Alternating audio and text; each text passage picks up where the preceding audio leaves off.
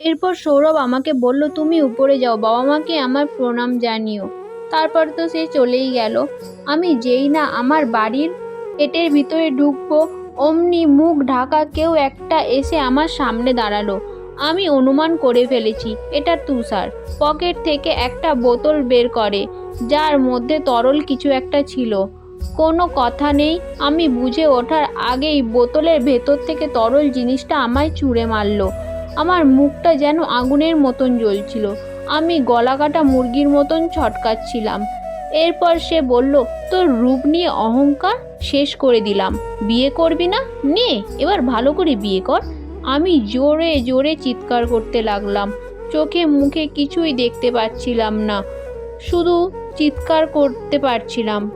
আর এত জোরেই চিৎকার করছিলাম যে লোকজন সেখানে জড়ো হয়ে গিয়েছিল। বাতির ভিতর থেকে দৌড়ে এলো দারোয়ান। কি হয়েছে দেখতে।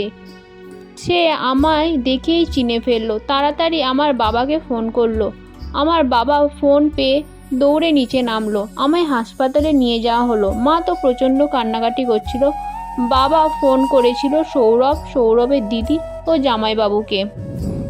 তারা হাসপাতালে চলে আসলো। আমার অবস্থা খুবই খারাপ ছিল। ডাক্তার কাউকেই অ্যালাউ করছিল না। কাঁচের জানলা দিয়ে সৌরভ দেখলো। এরপর কি হয়েছিল জানতে সাবস্ক্রাইব করো, লাইক করো, কমেন্ট করো আর শেয়ার করে দিও। টাটা।